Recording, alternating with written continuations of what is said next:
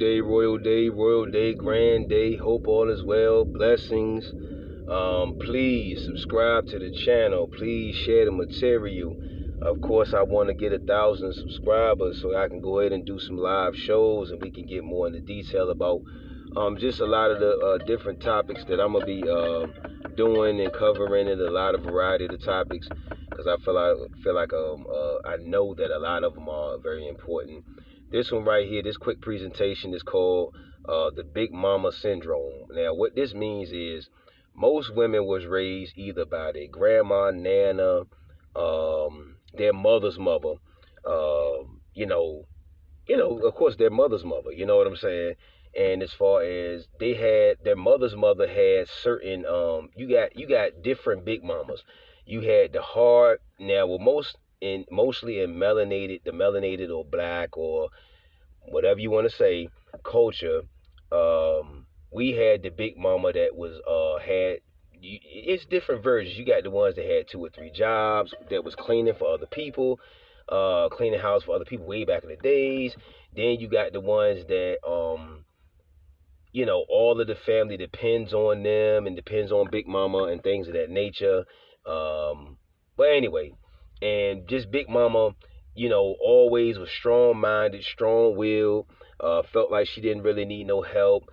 She didn't really want no assistance. She really, those Big Mamas that, kind of ran the men in the family. They ran all the men. When I say, excuse me, when I say random, I mean the men were pretty much subservient down, the nephews, the uncles, if she had a husband, if he wasn't, ascended or she wasn't a widow, things of that nature.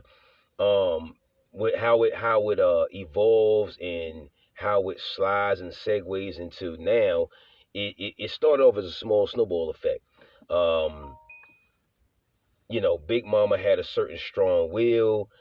Big Mama was around the Willie Lynch stuff and all of the other stuff that was kind of probably going on around it. Now, depending on what she subscribed to, and if she was in the church and things of that nature, most Big Mamas, like I said, they had a trickle down effect on their daughters, which is most of the women that we date, you know, moms. You know what I'm saying?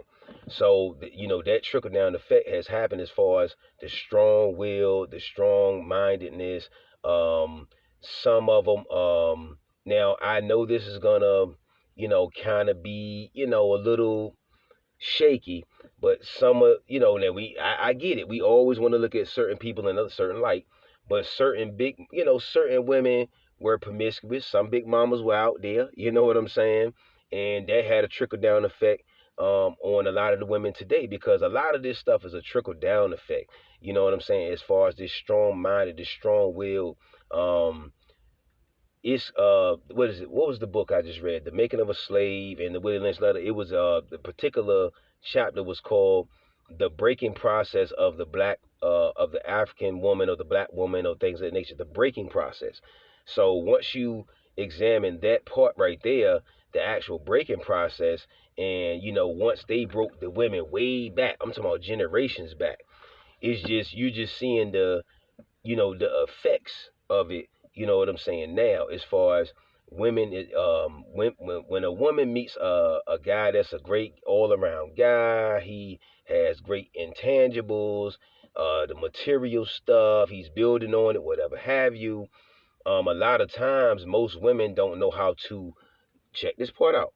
They don't know how to relinquish their masculine position or masculine energy.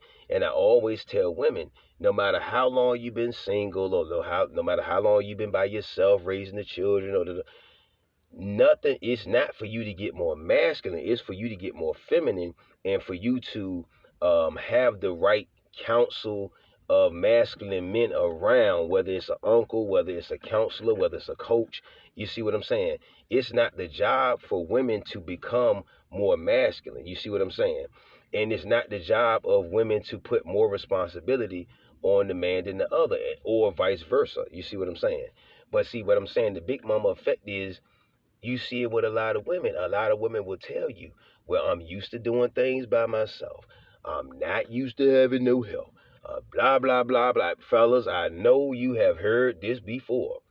I know you have, whether you was just trying to, you know what I'm saying, do something quick with the chick, whether you was just trying to break bread with the chick, whether if y'all got into like relationship talks and you were just the type of, the type of guy or the type of king that, just was just coverage, you just covered certain things, and then certain women, a lot of women are not used to that. You see what I'm saying? So they'll tell you that, whether it's in a dating situation, whether it's in a lot of different situations. So they'll tell you that, but especially when you're in the courting stages or getting to know or all of that stuff, stages of getting to know women, they'll tell you, I'm not used to this and I'm not used to that. Even my queen, my wife currently, and things of that nature, she tells me the same thing. My wife currently, what I'm saying, she's kind of still, I'm like, Ma, just get used to it. You know what I'm saying? You can't keep dwelling in that same mental reality of you're not used to something. You have to get used. That's the only way you can live in abundance,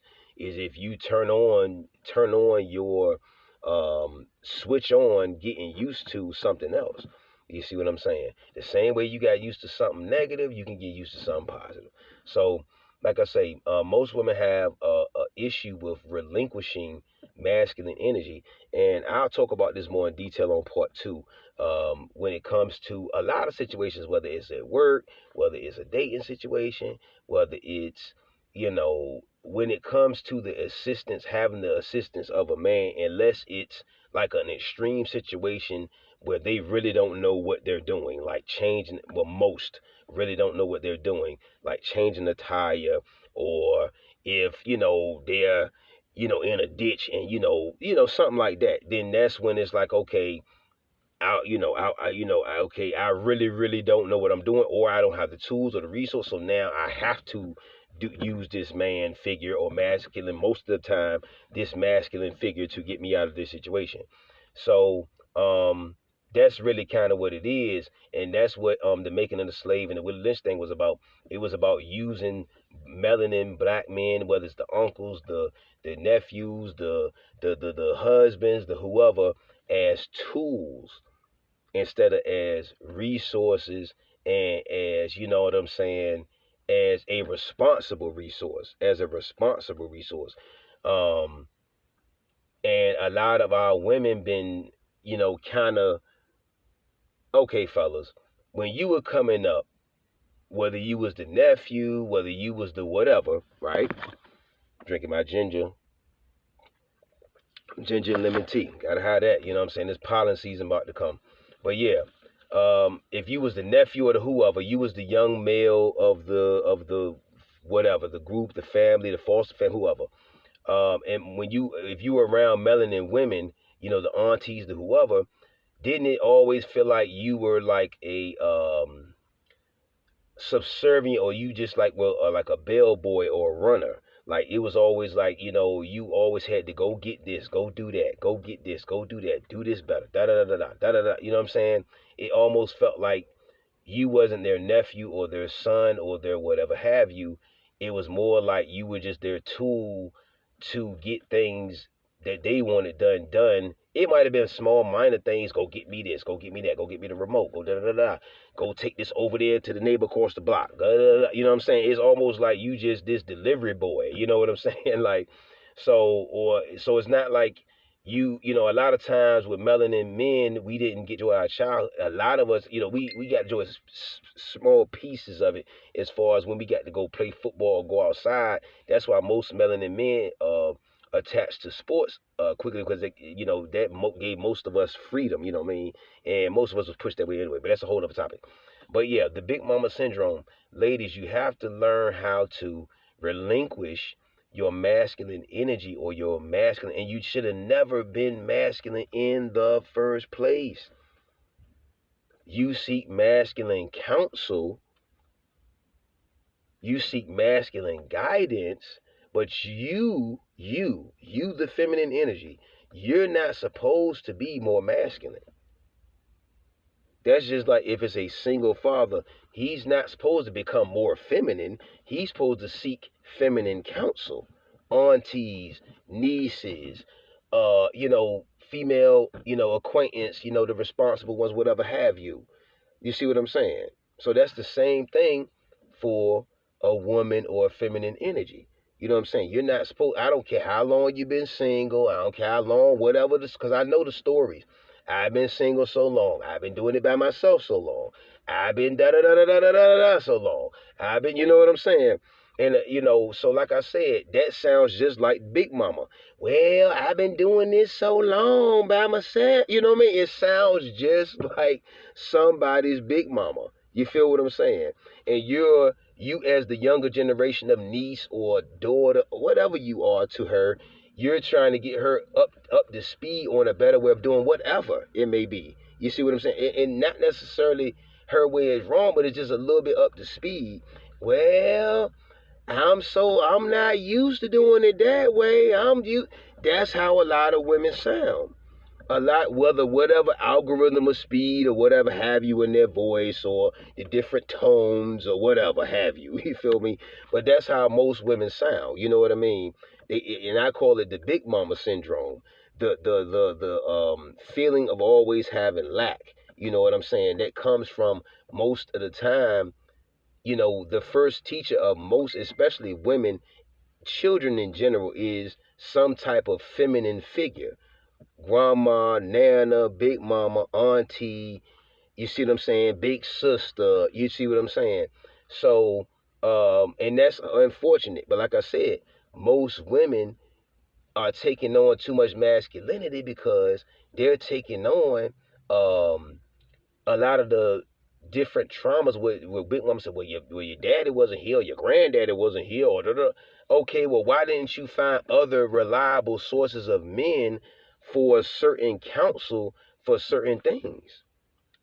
Instead of, if it was that type of situation, instead of passing that same algorithm of tone of droning on down, down of saying, well, your uncle wasn't here, or your whoever was here, or if your brother was here, or if your son, you know what I'm saying? So I'm just saying, well, if you just raise your thought process or switch your thought process and seek better male counsel, you know what I'm saying? Then it would lead to better results in whatever facets that you're looking to get accomplished. So it's about, ladies, your biggest power, your biggest strongest superpower is being feminine to quality men, to quality men. I'm not talking about the dudes that we gonna talk about y'all rebellious phase too. I gotta go do a one on that one. But yeah, I'm not talking about the ones you choose during your rebellious phase and shit like that. I'm talking about the ones you choose when y'all, most women out here now say, okay, yeah, because they'll give you the same line, I was young, I was stupid, I was the, okay. However, it still was a choice to be made. You know what I'm saying? You still could have chose to be more responsible. Or anybody. You see what I'm saying? So anyway, the Big Mama syndrome is you wanting to do everything yourself. You not wanting no man for help. You not wanting nobody help. You know what I'm saying? Assistance, guidance, mentorship, tutelage, whatever have you. You see what I'm saying? Expertise, whatever word you want to have to use to get it. You see what I'm saying? I feel like it's called the Big Mama syndrome. I don't want no help. I'm doing just like this last little bit I'm going. That's why I don't really celebrate the holiday thing, because when I was coming up, in that Christian stuff and all that stuff, especially the holiday thing, I seen my mother, her mother, always have to work themselves to death, cooking a bunch of food, getting a bunch of shit, da da da, and then it turned into like a fucking job. You know what I'm saying? Because I always had to end up taking gifts over here, running this over there, running this across the street, do this over here, run this over there. You see what I'm saying? So it's more like, your childhood was more like being, it wasn't really a childhood. It was more like a internship hood, you know, and you just happen to be a child type of thing. You know what I'm saying? Um, like I said, and and we'll get into other aspects of family, and what is an earth family and what is your cosmic and spirit family. We'll get into that. But ladies, we have to talk more on the Big Mama syndrome. that's been trickled down to most and the majority of our melanin women. All right, subscribe to the channel, share, go subscribe to Virya TV, VIRYA TV. Check that out. Great material over there. Check out our business site, www.kundalinsparsa.biz. All right, and I do sessions. I do motivational coaching, inspirational coaching, spiritual coaching, etc. So seek me out if you need consultations. They're very affordable. I appreciate you. Thank you for the subscribers thus far. Thank you very much. I love y'all. And please share, please subscribe, and salute. Royal Day.